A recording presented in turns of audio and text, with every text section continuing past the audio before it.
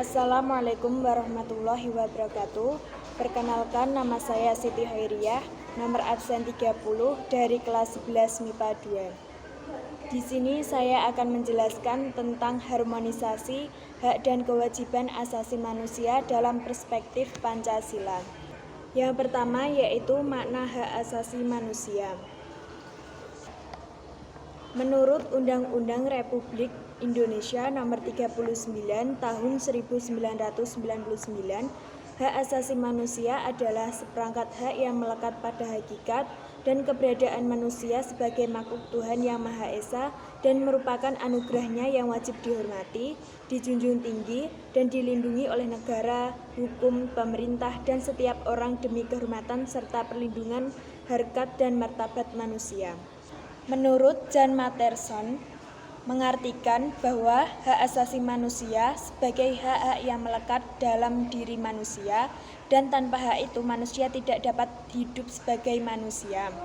Dari pengertian tersebut, maka pada hakikatnya dalam hak asasi manusia terkandung dua makna, yaitu yang pertama, HAM merupakan hak alamiah yang melekat dalam diri setiap manusia sejak ia dilahirkan ke dunia. Yang kedua, HAM merupakan instrumen atau alat untuk menjaga harkat dan martabat manusia sesuai dengan kodrat kemanusiaannya yang luhur. Tanpa hak asasi manusia, manusia tidak akan dapat hidup sesuai dengan harkat dan martabat manusianya sebagai makhluk Tuhan yang paling sempurna. Hak asasi manusia memiliki ciri-ciri, yaitu hakiki, universal, tidak dapat dicabut, dan tidak dapat dibagi. Hakiki yaitu hak asasi manusia adalah hak asasi semua umat manusia yang sudah ada sejak lahir. Universal artinya hak asasi manusia berlaku untuk semua orang tanpa memandang status, suku bangsa, gender, atau perbedaan lainnya. Tidak dapat dicabut artinya hak asasi manusia tidak dapat dicabut atau diserahkan kepada pihak lain.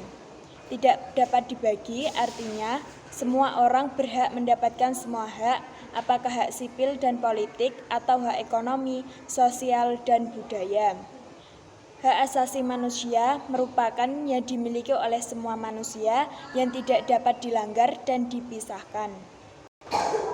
Yang kedua, makna kewajiban hak asasi manusia.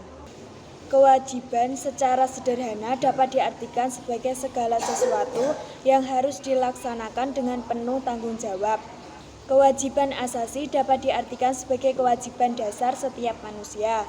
Padanya ketentuan pasal 1 ayat 2 Undang-Undang Republik Indonesia Nomor 39 Tahun 1999, yaitu tentang hak asasi manusia, yang menyatakan kewajiban dasar manusia adalah seperangkat kewajiban yang apabila tidak dilaksanakan, tidak memungkinkan terlaksananya dan tegaknya hak asasi manusia.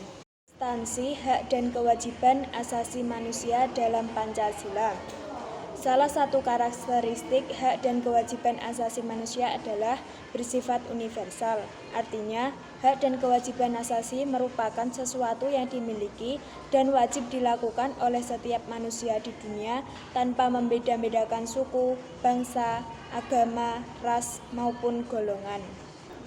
Nilai-nilai Pancasila dapat dikategorikan menjadi tiga, yaitu nilai dasar, nilai instrumental, dan nilai praksis. Dari ketiga nilai Pancasila tersebut mengandung jaminan hak asasi manusia, yaitu 1. Hak dan kewajiban asasi manusia dalam nilai Pancasila. Nilai dasar berkaitan dengan hakikat kelima sila Pancasila, yaitu nilai ketuhanan yang Maha Esa, nilai kemanusiaan yang adil dan beradab, nilai persatuan Indonesia, nilai kerakyatan yang dipimpin oleh hikmat kebijaksanaan dalam permusyawaratan perwakilan, dan nilai keadilan sosial bagi seluruh rakyat Indonesia. Yang kedua, hak dan kewajiban asasi manusia dalam nilai instrumental Pancasila.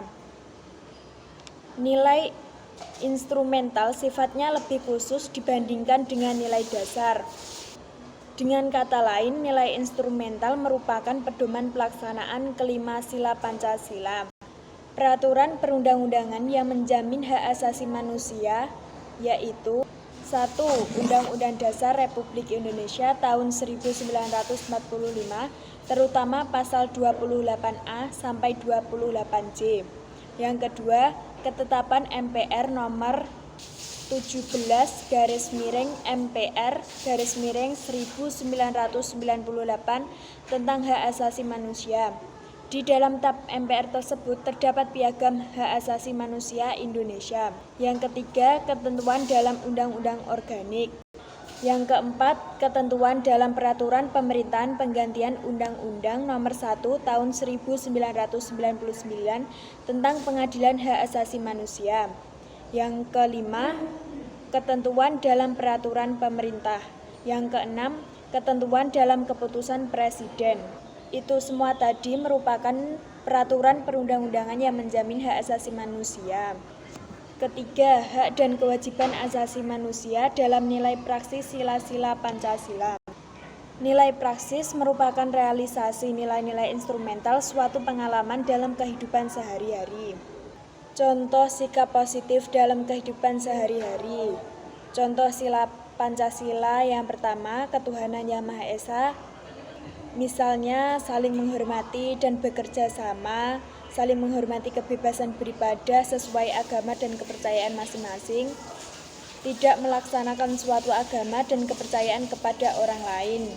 Contoh yang kedua, sila Pancasila nomor 2, yaitu kemanusiaan yang adil dan beradab. Misalnya saling mencintai sesama manusia, tenggang rasa kepada orang lain, tidak semena-mena kepada orang lain. Sekian penjelasan dari saya, semoga bermanfaat. Wassalamualaikum warahmatullahi wabarakatuh.